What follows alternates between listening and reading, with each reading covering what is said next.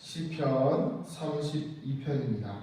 시편 32편 1절부터 11절까지 말씀 읽도록 하겠습니다.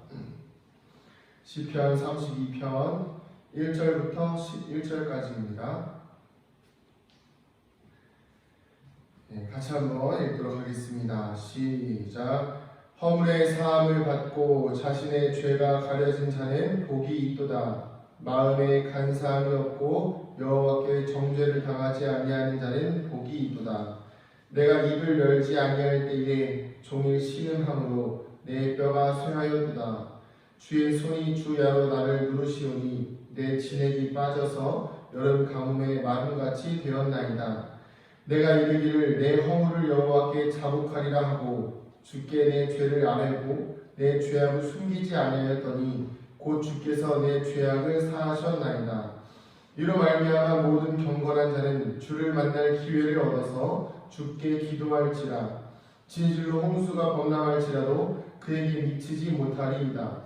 주는 나의 인신처이오니 환난에서 나를 보호하시고 구원의 노래로 나를 두르시리이다.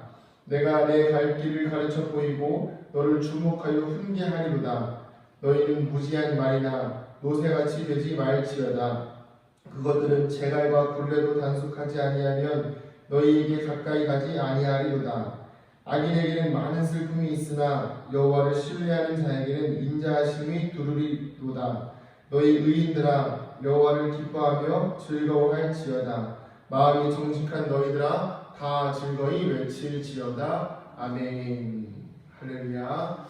우리 목요일 새벽 예배를 드리시는 성도님들을 환영하고 축복합니다. 제가 과거에 학생 시절이었던 것 같은데요. 학생 때 보면 잘못을 하잖아요. 그럼 잘못을 하면 이렇게 숨깁니다. 숨기는 이유가 뭘까요? 걸리면 혼나니까. 간단해요. 걸리면 혼나니까 숨기는 거예요. 그래서 야간 자율학습 시간에 도망을 가거나 아니면 수업 시간에 짓궂은 친구들 뭘 먹기도 하잖아요. 그리고 장난을 치기도 하는데 그런 장난들 속에서 장난치고 나면 선생님이 꼭 걸려요. 걸리고 나면 누가 그랬어? 그러면 이제 다들 모른 척 하죠. 근데 그런 가벼운 장난이야 그렇게 넘어갈 수가 있는데 좀 위험한 장난이나 또 누가 봐도 이제 잘못을 했을 때는 그걸 숨기는 게 다 있어요. 근데 오히려 그걸 숨기고 있을 때는 걸릴까봐 조마조마합니다. 근데 차라리 걸리고 나서 선생님한테 몇 대 맞고 나면 속이 후련해요. 왜요? 끝났거든요. 그게 이제 어찌 보면 이제 형벌에 관한, 죄에 관한 문제일 수 있는데 우리 인생에 있어서 죄의 문제가 이렇게 가볍지 않음을 우리가 볼 수가 있어요. 사실은 예수님을 모르면 그리고 하나님을 모르면 신앙에 대해서 잘 모르면 우리 인간적인 시각에서 보면 도덕적인 기준들이 있단 말이에요. 도덕적인 기준들이 있으니까 그리고 또 어찌 보면 예를 들어서 이렇게 나를 극단적으로 봤을 때 나를 미워하는 사람, 나를 욕하는 사람 사실 도덕적으로 보면 나를 욕하는 사람은 나도 욕할 수 있잖아요. 그죠? 눈에는 눈, 이에는 이로 갚아줄 수 있는 거예요. 그렇지만 성경은 어떻죠? 그 사람마저도 사랑하고 용서하라는 조금 더 높은 신앙적인 모습을 요구하기 때문에 예수님을 몰랐을 때는, 하나님을 몰랐을 때는 내가 해왔던 당연한 수준의 삶들이 그게 어느 순간부터 나에게 죄책감이 되기 시작한다는 거예요.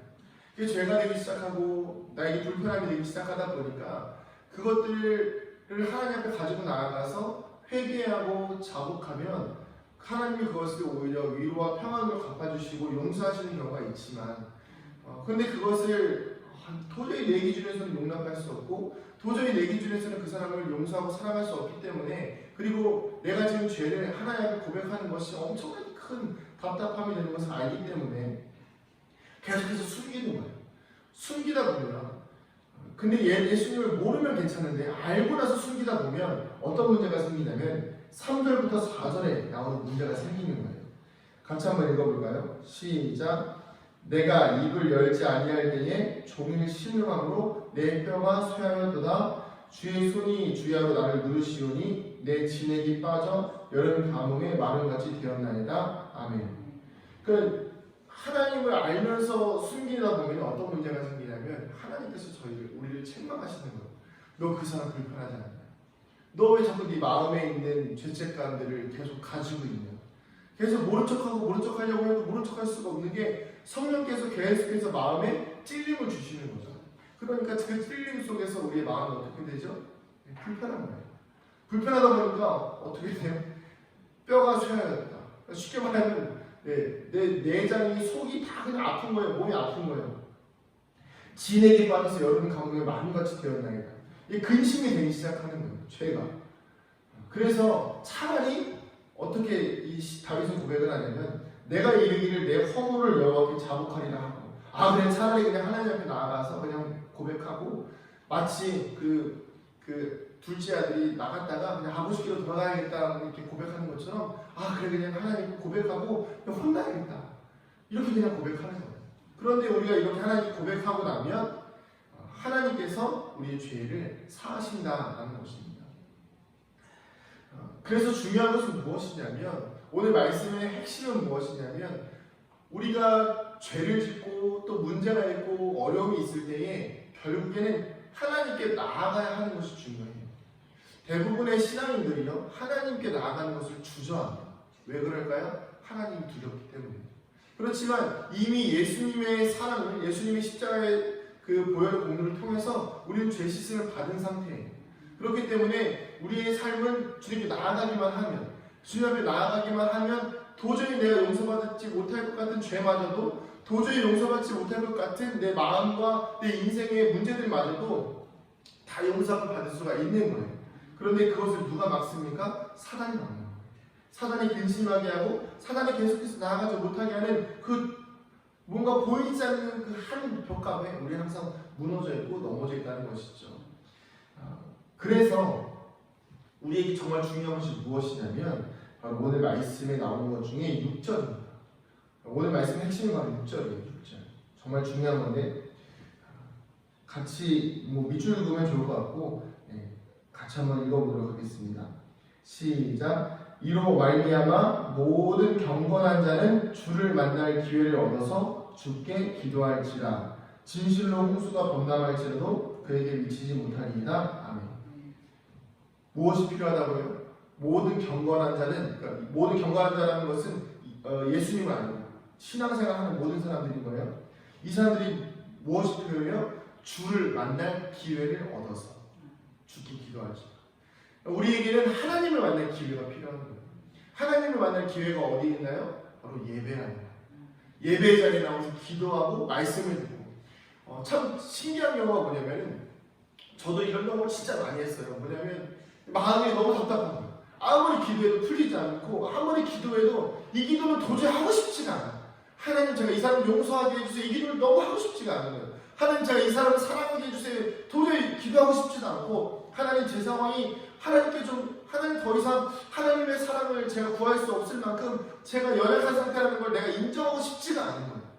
그런데 그럴 때에 어쩔 수 없이 목회자다 보니까 교회 예배 자리에 나가고 어쩔 수 없이 나아갔을 때 말씀을 통해서 하나님 말씀해 주시는 거예요. 오늘 이 말씀이 우리 성도님들에게 기회가 되시기를 소망합니다. 주께 나아갈 기회를 얻어야 돼요. 주께 나아갈 기회를 찾아야 돼요. 그래서 새벽 예배가 중요합니다. 왜 새벽 예배가 중요하죠? 매일매일의 아침마다 하나님께서 우리에게 주시는 말씀을 통해서 나의 삶에 오는 문제와 어려움들을 해결할 수 있는 기회들이 생기거든요. 종종 그런 말씀 하시는 분들 계시죠? 말씀을 통해서 어쩜 그렇게 내 이야기를 하실까? 어쩜 그렇게 내 삶을 그렇게 하나님께서 풀어내실까? 그쵸? 그것들이 다 무엇이죠? 주께 나아갈 기회를 얻어서 기도하는 자들에게 주시는 하나님의 응답이고 하나님의 해결이라는 것입니다. 굳이 내가 기도해서 내가 다 듣고 그러는 것이 아니라 목회자를 통해서 아니면 나와 함께 신앙생활하는 사람들의 말씀을 통해서 그런 이 시간들을 통해서 모든 것들이 합쳐져서 내 삶을 문제를 해결해 주시는 나의 죄와 허물을 용서하시고 사하시는 하나님의 은혜를 경험할 수가 있게 되는 것이죠. 오늘 우리가 이 주님을 만날 기회를 얻게 되기를 소망합니다. 그래서 우리가 주님을 만나서 주님께 우리의 모든 죄와 허물을 사실 때로는 내 죄를 내 입으로 고백하는 게 얼마나 어렵습니까? 저도 제 죄를 매일매일 고백하는 게 정말 괴롭습니다. 그런데 고백하면 고백할수록 사단이 우리를 참소하잖아요. 너는 죄인이야. 너는 용서받을 수 없어. 너 또 그 죄 지었냐? 너 또 그렇게 다른 사람 미워했냐? 너 또 그렇게 부정을 저질렀냐? 너 또 그렇게 범죄했냐? 그렇게 할 때마다 그냥 하나님께 나아가서 주님, 제가 죄인이고 이런 죄가 있고 이런 문제가 있고 이런 사단의 참소가 있습니다라는 그 주님께 나아갈 기회가 생기면 그 기회를 통해서 우리 형되어지는 것이 무엇입니까? 바로 우리 32장 1절에서 2절을 읽었던 것처럼 허물의 사함을 받고 자신의 죄가 가려지는 은혜를 얻게 된다는 것입니다. 마음의 간사함도 없을 수 있고요. 여호와께 정죄를 당하지 아니할 수 있다는 것이지요. 오늘 우리가 이 은혜를 얻게 되기를 소망합니다. 그래서 악인에게는 많은 슬픔이 있으나 여호와를 신뢰하는 자에게는 인자하심이 두루리이다.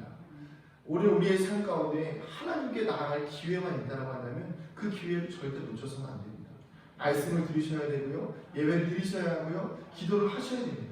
제가 어제 새벽 예배 때도 어제 수요 예배 때도 이야기했고 계속해서 이야기하는데 보여지는 것이 무엇이냐면 계속해서 이 죄에 대해서 하나님께서 말씀하시는 부분이 있는데 우리가 신앙생활 가운데 말씀과 기도가 계속해서 같이 왔다 갔다 해야 돼요.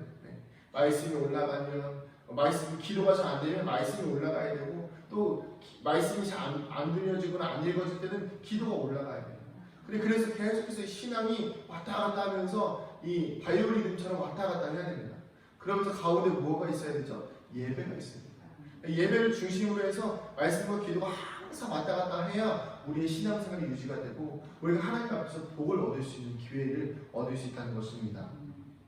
오늘 우리의 삶 가운데에서 하나님께 나아가서 회개함을 통하여 하나님께 나아가서 용서받음을 통하여서 하나님께서 주시는 용서와 또 사랑과 긍휼과 자비를 경험하는 믿음의 삶 되시기를 간절히 축복합니다. 기도하시겠습니다. 하나님 감사합니다. 오늘 우리의 삶 가운데 역사하시는 하나님의 사랑을 경험케 하시니 감사합니다. 하나님, 그러나 여전히 내 마음속에 있는 한과 또 응어리와 아픔들로 인해서 주님께 참아 기도하지 못하는 그런 기도의 제목들이 있습니다. 그러나 주님, 주께 나아가서 주께 고백할 기회를 오늘도 우리에게 허락하여 주셨으니 주님, 기도하오니 용서하여 주시고 회복하여 주시고 사랑하여 주시옵소서. 그리하여서 주께 나아가 축복을 경험하며 주께 나아가 회복을 경험하며 주께 나아가 사랑을 경험하여 이 땅 가운데에서 복을 누리며 주님, 우리 허락되어진 천국을 향하여 오늘도 힘차게 걸어나아갈 수 있는 믿음의 삶 되게 하여 주시옵소서. 감사드리며 사랑이 많으신 예수님의 이름으로 기도드립니다. 아멘. 하늘에 계신 우리 아버지의 이름을 거룩하게 하시며 아버지의 나라가 오게 하시며 아버지의 뜻이 하늘에서와 같이 땅에서도 이루어지게 하소서. 오늘 우리에게 일용할 양식을 주시고 우리가 우리에게 잘못한 사람을 용서하여 준 것 같이 우리 죄를 용서하여 주시고 우리를 시험에 빠지지 않게 하시고 악에서 구하소서. 나라와 권능과 영광이 영원히 아버지의 것입니다. 아멘. 우리 시간같이 말씀을 기억하시면서 기도하실 때에 하나님, 나의 죄와 허물을 용서하여 주시고 주님, 내가 주께 나아갈 기회를 얻게 하여 주시옵소서. 내가 날마다 말씀과 기도와 예배 가운데 힘을 쓰며 주님의 은혜를 경험케 하여 주시옵소서. 우리 주님의 이름 한번 부르고 간절히 기도합니다. 주여!